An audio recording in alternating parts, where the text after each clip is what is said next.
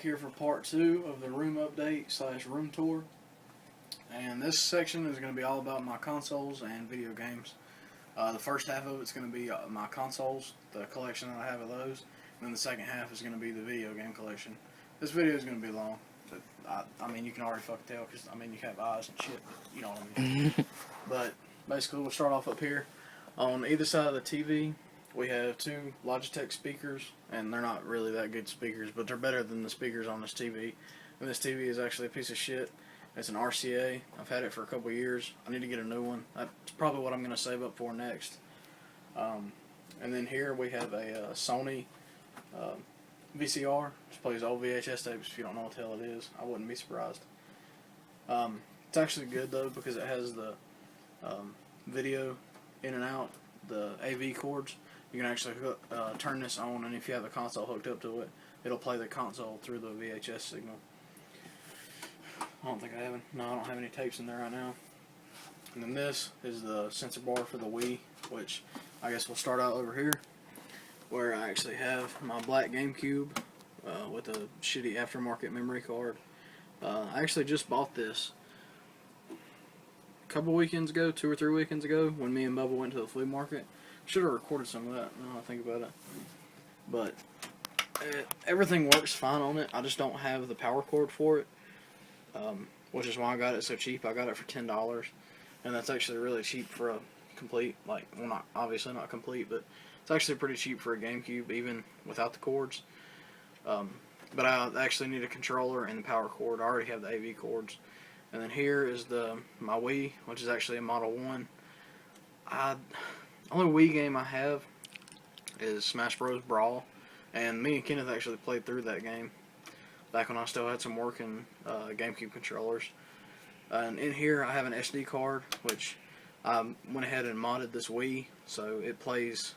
I've got a shit ton of NES games on the Wii, and that's basically all I ever use it for, is just to play that, which are really fun on the Wii, and that's a really good reason to buy a Wii if you've been thinking about buying one, because they're literally, you can buy a Wii for like $60 complete. They're super fucking cheap. They had some good games, but I don't personally like many of the games on there because unless you can use one of the Pro controllers or a GameCube controller, I don't like using the Wiimote and flashing my hand around like that, taking off. I don't like doing that shit. It's just annoying to me. Yeah, it was supposed to make you exercise and shit, but nobody wants to exercise when they're playing video games. That's why you play video games. That's why the gym is not called. That's why PlayStation doesn't own gyms.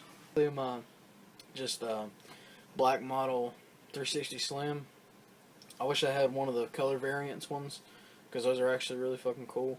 I'd like to have the Halo 3 green one, or the C-3PO one. I think there was a console of that, or the Gears of War one, and the Modern Warfare 3 one looked badass. But this is actually one of the cooler things I have in my collection. It's a Xbox 360 controller, but it was the Tomb Raider variant, and it's made to look like, they actually, when they made it, they went through and like laser etched this shit out. Like these scratches on here, you can actually feel them, like they're physical. No, hey. Yeah. And then it had a, yeah, you can kind of feel that too. That's like a bandage wrap. This is one of the ones that had like the Pro D-pad or whatever. You can actually take this D-pad out and swap it for one of the Elite ones, which is actually pretty cool. But other than that, it's just a regular controller. I seen this one that it looked like it had eyeballs for the thing right here. Oh, for real? Yeah, it was at GameStop. The battery pack, the bottom of it, it actually says Tomb Raider: A Survivor is Born. Adventure Hardware. I don't know if you can make that out, but it's pretty cool. I just like the controller. And there it's got the logo for her climbing axe. And this isn't modeled after like the original Tomb Raider games. This was after the reboot for the 360 and the PS3, which if you haven't played, it's a great fucking game.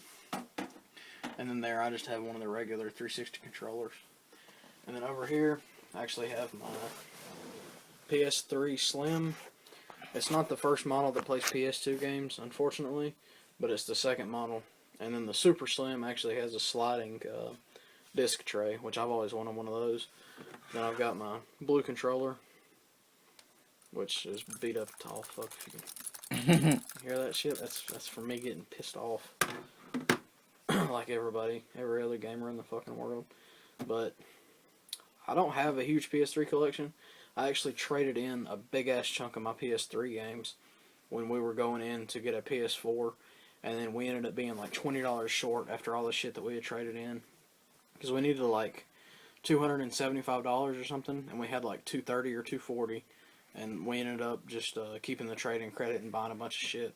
So luckily they wouldn't take the PS3 because the ports on the back of it were too dusty, and they didn't feel like repairing it to sell it. So luckily they didn't take that, because I would have regretted selling it after I sat and thought about it for a couple weeks. But it's a really nice system. If you don't have one, you should get one. And then up here, I actually have the newest console that I have, and that's the PS4 Slim. It's just the black model. I know there's the gold model too, but I don't really like the gold model. It just looks a little bit too flashy. And then just the standard controller that came. I actually redid the controllers. They're more of a matte finish than like this shiny shit that's on these. But the older PS4 controllers had that shiny shit, which I like these better, because on the other ones, if you like, you can see your thumbprints and shit like that. But it's an alright controller. I prefer the PS3 controller. Got a decent amount of games for that, not many. Down here we actually have a PS2, which one thing that I'm still pissed about is I do not have a name brand controller for this console. And this wasn't actually my first PS2. I had all these other ones, except for the 360. They're my first time having the consoles. But every other thing I've only had one of. It's the only one I've ever had. But the PS2, I had a slim model PS2 when I was a kid. It broke. Bought another one when I was around 14, 15. It still worked, but the disc tray, when it opened up, it wouldn't read the discs right. So I actually traded a friend and got the fat model, which is cool because I didn't grow up with the fat model, but it's actually pretty neat. Yeah, like mine. Yeah. You got the slim, I think, don't you? Mm-hmm. Yeah. I traded that one to Justin, Igloo24. We talked about him in part 1 of the room tour, if you remember that. And then, but yeah, I don't have a name brand controller. But one thing that's actually pretty cool, let me unravel this cord. It's one of the few things that I've bought from GameStop that I think is actually a pretty cool piece of hardware. But it was actually a GameStop brand controller, but it's modeled like a 360 controller. But it's actually kind of small. I mean, compared to, well, I mean, it's not. It's smaller than a PS3 controller, and PS2 controllers are roughly the same size. But it's tiny. The buttons, they kind of look weird, and it's got that little see-through where you can see all the the motherboard and shit inside. But the coolest thing about it isn't the controller design, but that it was made for a PS2. It has the port for that. And it also has a port for a PS3, so it works on both consoles. So whenever I need to play something 2-player on either console, I can swap in and out between this, because it works really well for both. It works better for PS3 because it's got those like joysticks like that, which didn't come into style until didn't really come into style until the 360. But it's a pretty nice controller. If you ever see one out, which I doubt you will, because GameStop makes shit, sells it, doesn't ever make it again. Well, I don't know if they made it, but they were the only ones to sell it that I know of. And then down here, we actually have a console that I got not too long ago, and that's one of the original Xboxes. Found this.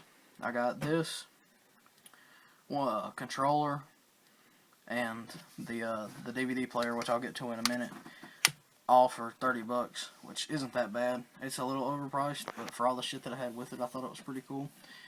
But the neatest thing about it was that it actually came with a game in the disc drive, and I didn't know about it until I got home and opened it, so I actually got a free game with it. It's a pretty shitty game. It was black. It's a first-person shooter. It's only worth like $5, but still cool that it was in there, and I didn't know about it.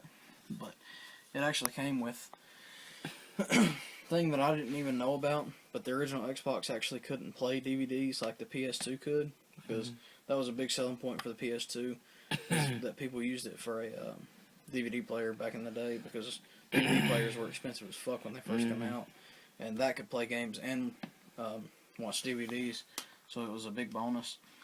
But for the Xbox, they actually released this little thing, and you plug it into the controller slot, and it's actually got an infrared sensor right here, kind of like the motion sensor for the Wii. And you point this at it, and the light will connect with that, and it actually plays DVDs, which is, I think it's really cool. Mm-hmm. This is, let me get it unraveled, one of the slim model controllers that came out for the Xbox, which is what everybody was used to, because it had the more sleek, it fit in your hands better for a lot of people. Controller, that was the second model. I wish I had to edit this shit out. You ain't gonna have to do much editing, but this will be part of it.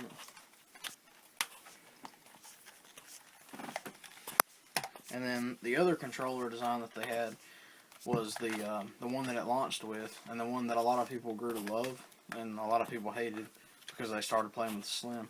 But this is actually what the gaming community deemed the Duke, because it was so fucking big.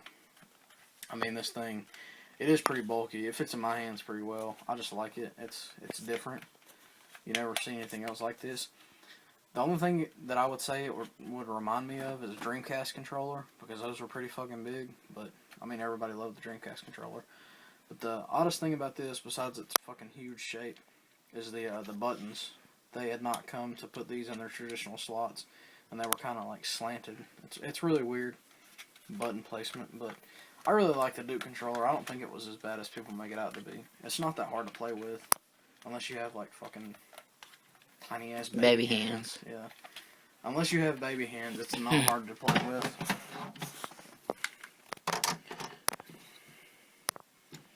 And then over here we have one of the most recent systems I've bought. It's a Sega Genesis, but it's not a Model 1 or a Model 2. It's actually one of the, it wasn't made by Sega. It was after they had already quit making them. But it was made by another, like a third-party company. But it's the Genesis 3. And it's actually really cool. I mean, it just has a power on and off, and a reset switch, and then 2 controller ports. Very, very basic. Yeah, it's very basic, but it's very small as well. It's very compact. That's the only good thing about it. It fits in really tight spaces. And the only game I have for it at the moment is Mortal Kombat 2, which I have the case and the manual for, which I'll show off in a minute. But other than that, and then up here, forgot to mention, I have an S-Video switch, which actually switches between everything that I've got plugged up to the AV. And there's only 4 slots on it. And if you were wondering how I keep everything in my collection plugged up at once, I don't. I plug up what I play the most, and then when I don't, I switch over when I want to play it. But yeah, guys, that was basically the whole console side of things. And then actually over here, there's a little bit more. In this bottom drawer, I keep...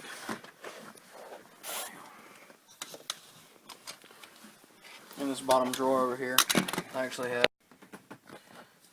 2 regular Xbox controllers. I have a really shitty aftermarket PS2 controller, which sucks ass. Don't ever buy one of those. I have a wireless PS2 controller, which is pretty good. It's one of the Afterglow models. It actually lights up. Which is kind of neat. That's the only saving grace about this piece of shit. It looks cool, but it sucks ass. I have the only Genesis controller I only have one.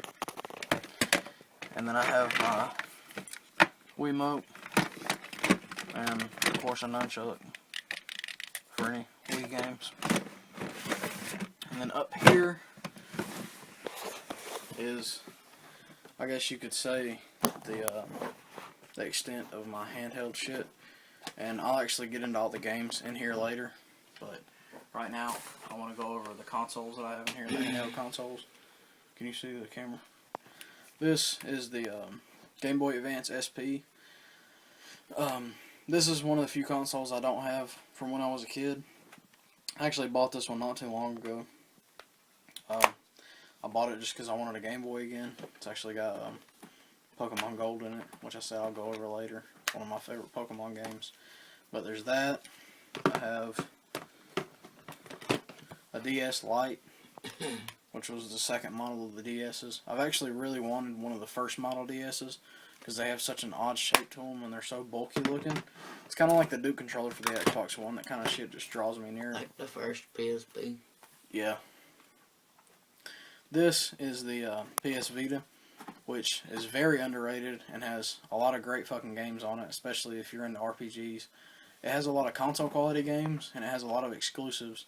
So, a lot of the shit that's on this, you're only going to find on the PS Vita. So, it's a worthwhile purchase if you can find them cheap enough. I currently have only digital games for it. But I really do need to beef up my collection for that. But the games for it are just so few and far between when you find them.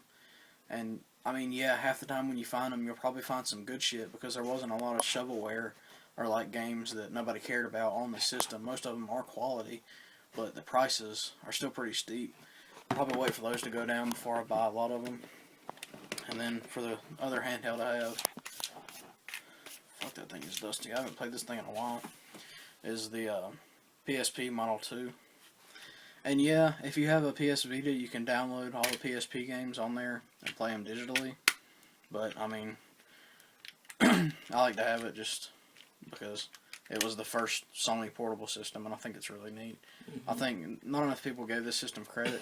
Like the PS Vita, it's really underrated, and it's really great for people who love RPGs because essentially that's all this fucking thing had on it. It had some really good games. The PSP had a lot more games than the Vita does. Yeah. Another thing about the Vita, the reason it didn't do very well in the Western market. It did really well over in Japan, and it's still going strong over there.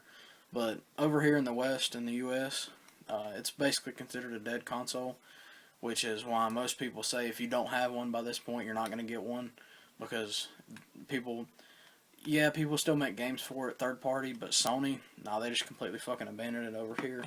It's basically done for over here in the West, which really sucks ass, because it's a great system, like I said. But that's all that drawer, and then in this drawer I just have some like miscellaneous toys and shit. I don't really know what that drawer has no use right now. Oh, and then up here is just some random shit. I'm not really going to go into detail about it because it's not really anything interesting other than the first volume of the Tokyo Ghoul manga. This is not game related at all, but I wanted to throw it in there since we didn't get it in the last video. Really great manga, really great fucking anime. Even Bubba likes the anime. Mm-hmm. But it's basically like... Wait, you gotta read that book backwards? Yeah. That's fucked up. That's how they're printed. They're printed where you read them backwards. But I mean, the art is really good. If I can find a strip to kind of show off the art design. Yeah, there. I mean, like that. Like that looks badass to me. And then right there, it's just really good. It's like kind of like a new age take on vampires, but they're called ghouls. And it's really fucking good. A lot better than fucking vampires, I say. Yeah, it is a lot better than traditional vampires. But if you're into manga, definitely give that a read because it's worth it. That was the entirety of the consoles.